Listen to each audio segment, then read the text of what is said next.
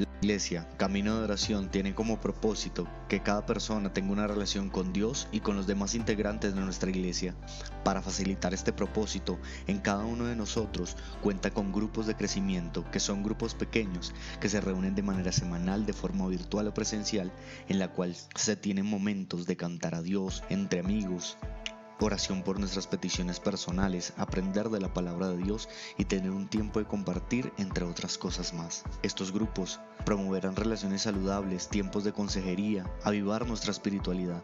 Queremos siempre estar al cuidado de cada una de las personas que hacen parte de nuestra iglesia y acompañarlo en su caminar con Dios y crecimiento personal. Te invitamos, si no eres parte de un grupo de crecimiento, a vincularte a través de nuestra página de Facebook, página web o presencialmente contactándote con uno de nuestros líderes. Te esperamos.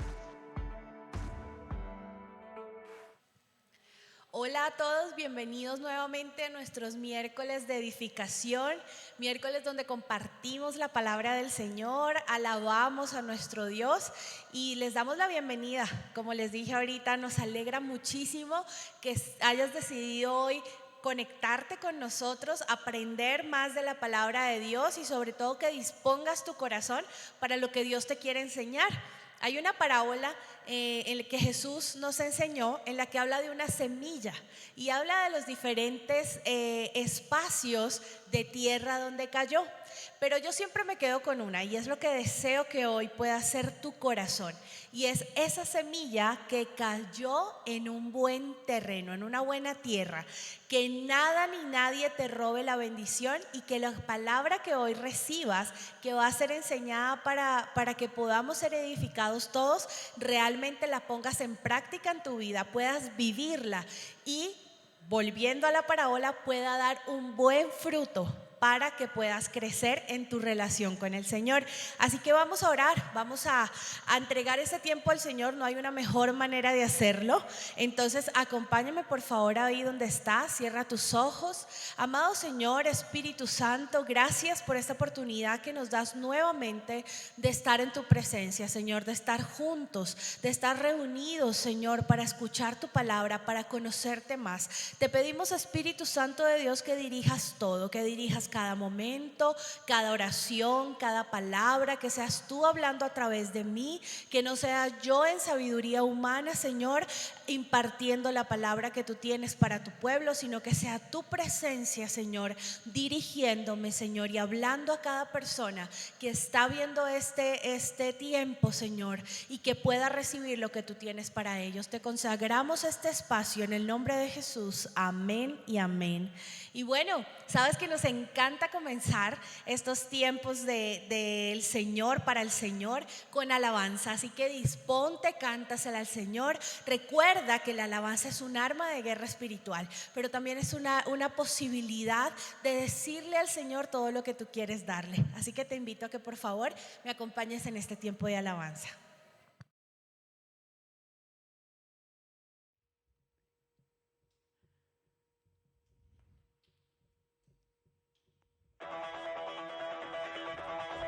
Vamos a exaltar a Jesús, porque en Él hay libertad. Él ha dado vista al ciego, ha dado la salud al que está quebrantado y enfermo. Así que vamos a declararlo en esta noche, en este día maravilloso.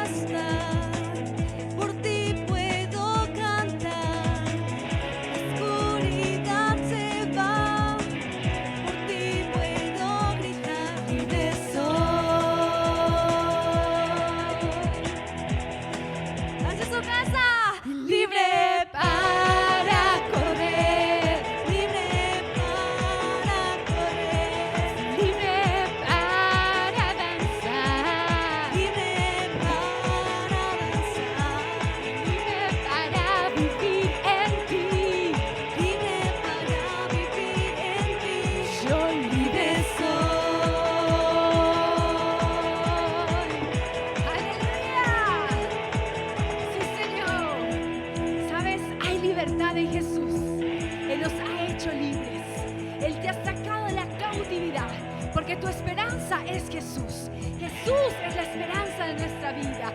Así que lo vas a declarar, que somos libres en Jesús. Libre para correr, Libre para correr, libre para danzar, libre para danzar, libre para vivir en ti. libre para vivir en ti. Yo libre soy.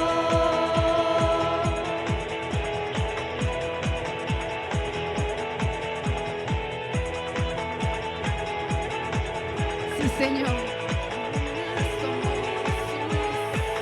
Me diste libertad, me diste el perdón. Yo libre soy. Yo libre soy. Yo libre soy.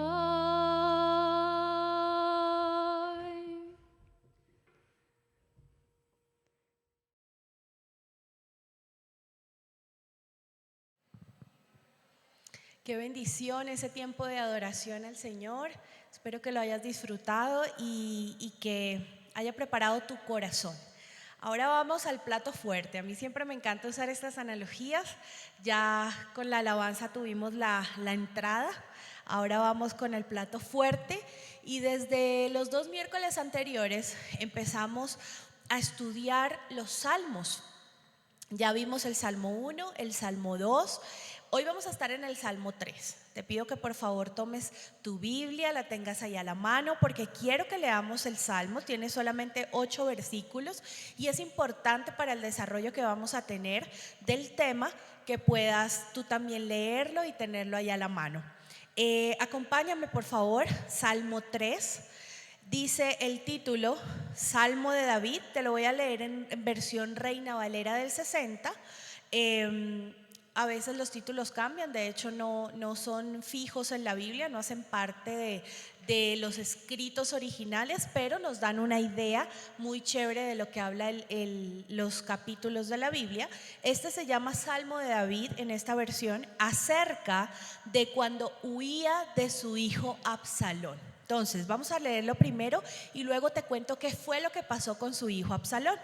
Dice: oh Jehová, cuánto se han multiplicado mis adversarios, es decir, mis enemigos. Muchos son los que se levantan contra mí. Muchos son los que dicen de mí: no hay para él salvación en Dios. Mas tú, Jehová, eres escudo alrededor de mí, mi gloria y el que levanta mi cabeza. Con mi voz clamé a Jehová, y él me respondió desde su monte santo. Yo me acosté y dormí y desperté, porque Jehová me sustentaba. No temeré a 10 millares de gente que pusieron sitio contra mí. Levántate, oh Jehová, sálvame, Dios mío, porque tú heriste a todos mis enemigos en la mejilla. Los dientes de los perversos quebrantaste. Las salvaciones de Jehová sobre tu pueblo sea tu bendición. ¿Y qué fue lo que pasó? Los salmos son canciones, pero lo más bonito es que son oraciones hechas canción. Entonces era una manera en la que el salmista, el rey David, le expresaba al Señor sus emociones, sus inquietudes, sus pensamientos, sus situaciones. Era su manera de orar. Y por eso yo no sé si lo has visto, pero uno lee muchos salmos y uno se identifica con ellos. Y en este día, seguramente tú como yo nos podemos identificar con el momento de vida que estaba pasando David. Tal vez ustedes, pues yo no me acuerdo que haya sido perseguido por un enemigo, pero sí por otras situaciones. Pero tal vez en un momento de nuestra vida o de tu vida has sido perseguido. Te ha perseguido un jefe, te ha perseguido alguien a quien no le caes bien, alguien que te considera un obstáculo, que no le parecen tus éxitos, tus bendiciones. Has tenido enemigos, personas que han querido quitarte algo, personas que incluso han querido hacerte daño de alguna manera.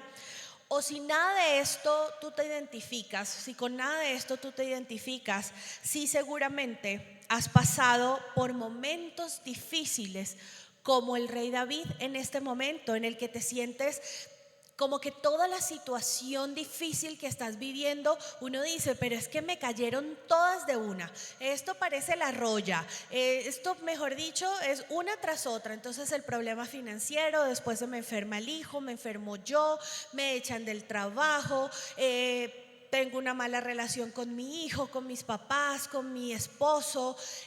Algo de esto, una situación que uno dice, pero ¿por qué? Me llegaron todas de una vez. Qué difícil. Mira cómo empieza el rey David y le dice, sé cuánto se han multiplicado mis adversarios. O sea, le está presentando a Dios eso que, por Dios, no lo entiendo, Señor. Mira lo que me está pasando, es uno tras otro. Es difícil, Señor. Y este salmo revela uno de los momentos más difíciles que pasó el rey David. Porque resulta que, como te dije en el título, quien lo perseguía, quien se había vuelto su enemigo, era su propio hijo. Esto lo hace aún más difícil. David ya había sido perseguido. David en este punto ya era rey, ya llevaba varios años siendo rey. Cuando él fue ungido, como por si no tienes, si no tienes el contexto, ve y lee la historia de David. David era un joven pastor de oveja, el menor en su casa, el hijo menor de su padre.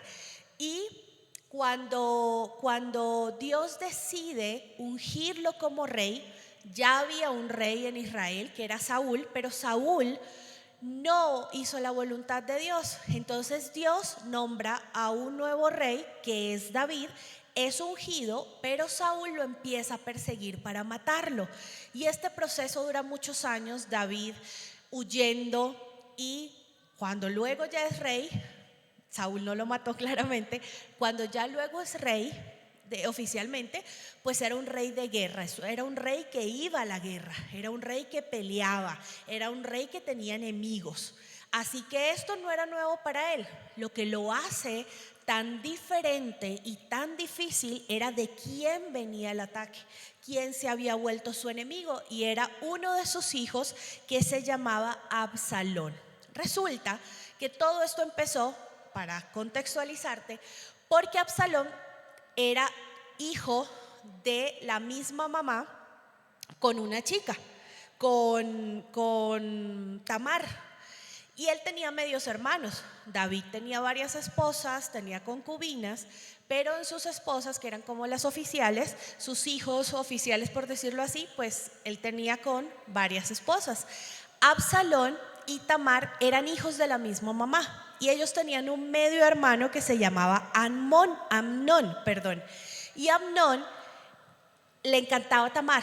Y entonces dijo, ella es hermosa, no sé qué. Bueno, finalmente, para satisfacer su deseo hacia ella, la viola, y Absalón decide vengarse y lo manda a matar. Entonces, cuando hace eso, él sale huyendo, se va para donde su familia materna, y luego de un tiempo alguien va donde David y intercede por Absalón y le dice como, oye David, deja venir a tu hijo nuevamente. David cede, le dice, listo, que venga, pero se demora 2 años en recibirlo.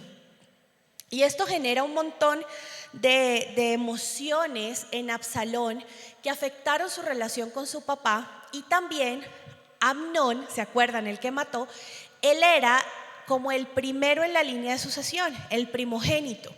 Cuando él muere, pues quien seguía era Absalón. Pero todo parecía que la sucesión al trono iba a ser por Salomón. Entonces Absalón no le gusta eso, y ahí es donde empieza todo este tema. Él empieza a traer personas para que luchen con él para poder tomar el trono, y ahí es cuando David incluso tiene que huir para salvar su vida, huir de su propio hijo. Mucha gente cercana a él lo apoyó a Absalón, y pues lógicamente traicionó la confianza de David. Entonces todo esto para revelarte que este salmo fue escrito en un momento de una verdadera crisis, de un verdadero momento difícil. Un hombre que se vio en la misma situación que tal vez tú y yo hemos estado.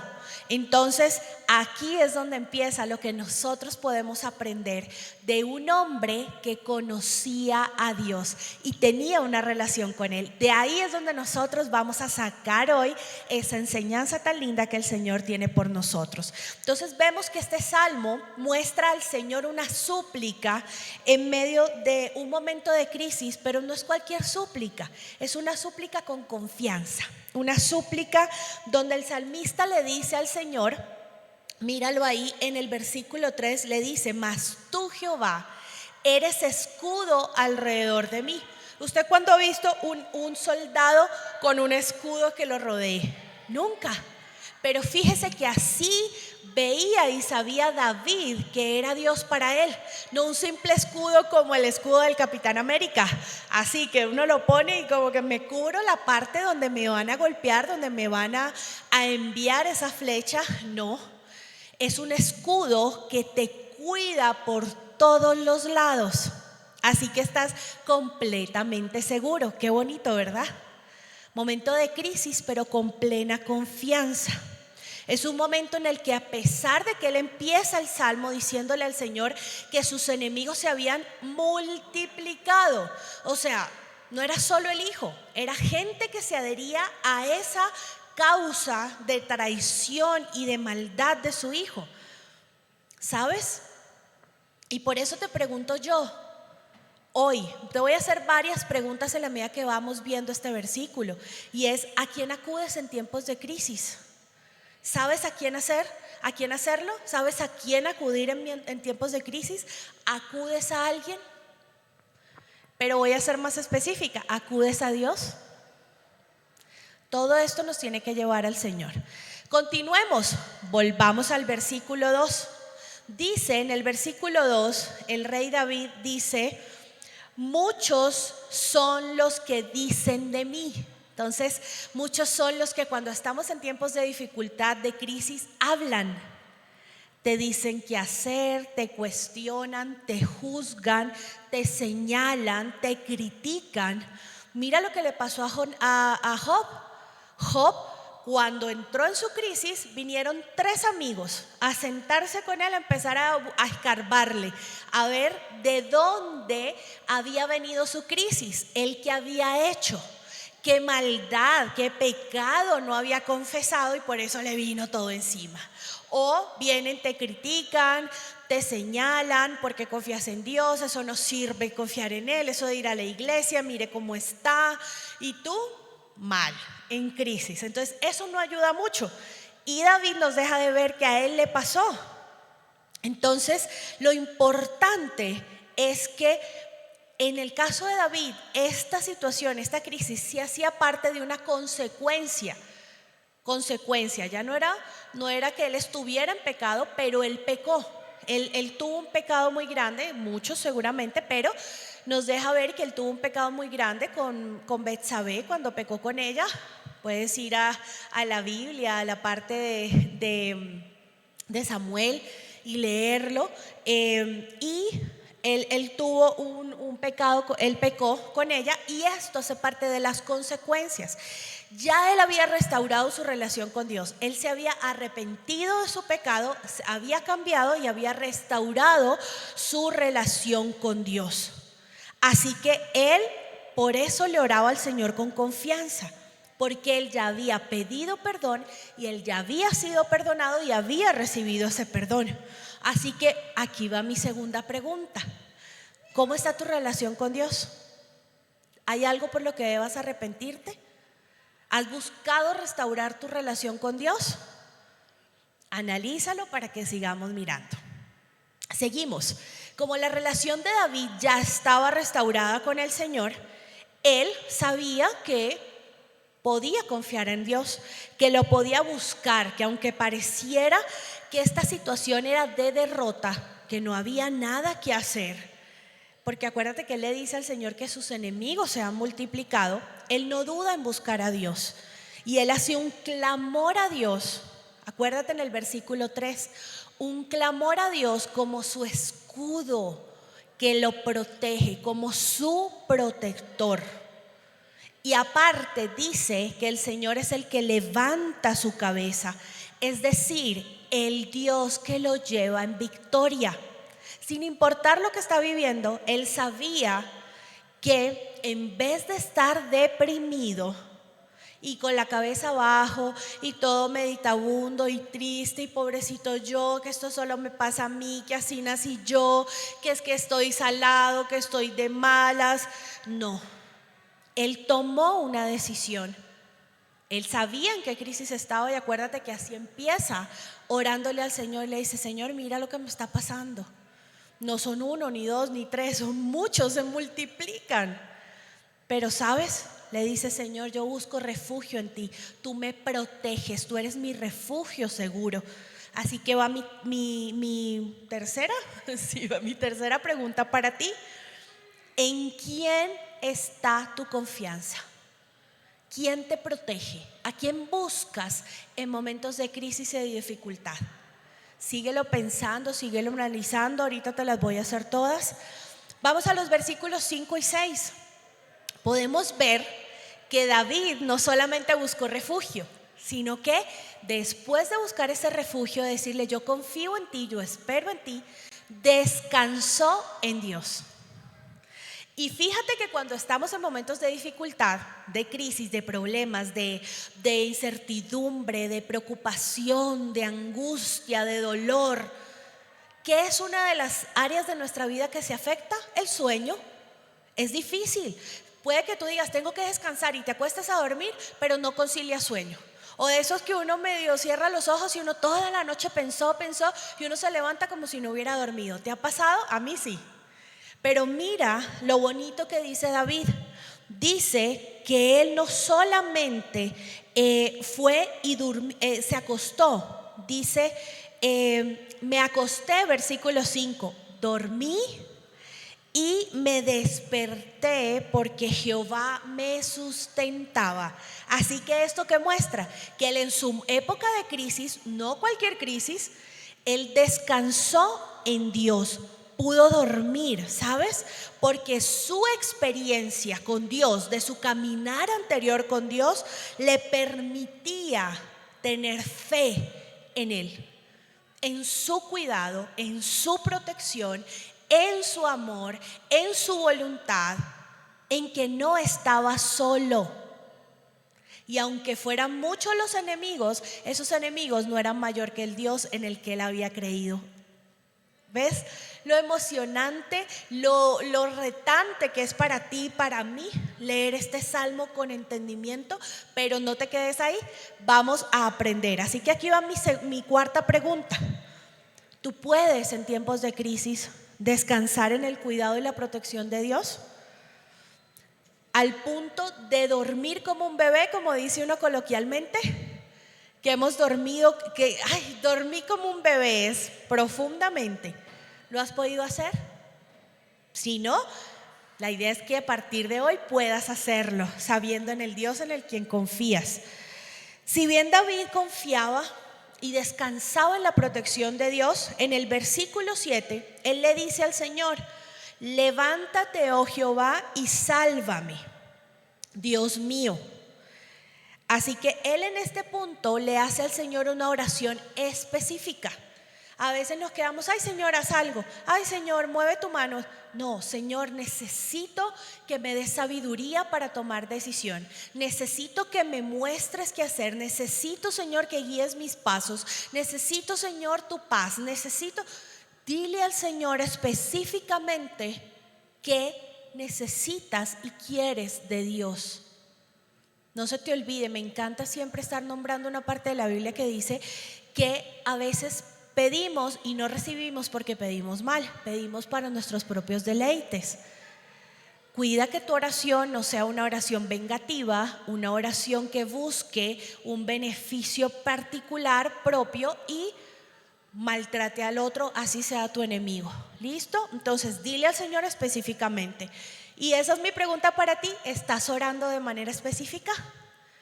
Y bueno, para terminar, definitivamente David tenía cómo confiar en un ejército.